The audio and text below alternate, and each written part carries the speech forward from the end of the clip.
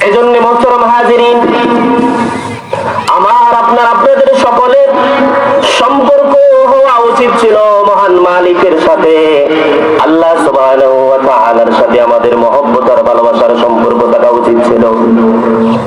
কিন্তু শয়তান আমাদেরকে ওই মালিকের সুন্দর সম্পর্ক থেকে দূরে রাখে। এজন্য আমরা গুনাহ করে বসি।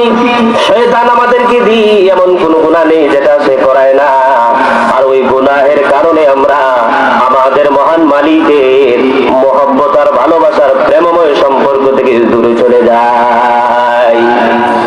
এজন্য আল্লাহ তাআলা বলছেন, আমার বান্দা-বান্দীরা, ওয়াতুবু ইলাল্লাহি জামিআন আইয়ুহাল মুমিনুনা লাআল্লাকুম তুফলিহুন। আমার বান্দা-বান্দী মুমিন মুসলমানেরা শোনো, শয়তান তোমাদেরকে দিয়ে গুনাহের কাজ করাবে। শয়তান গানের আয়োজন করলে ওই জায়গার মধ্যে আমাদের সর্ববয়সের মানুষের অভাব হয় না। আর যদি আমাদের যুবকরা, আমাদের তরুণরা মাথার গাম পায়ে ফেলে পকেটের দামি টাকাগুলি খরচ করে তারা যদি এমন একটা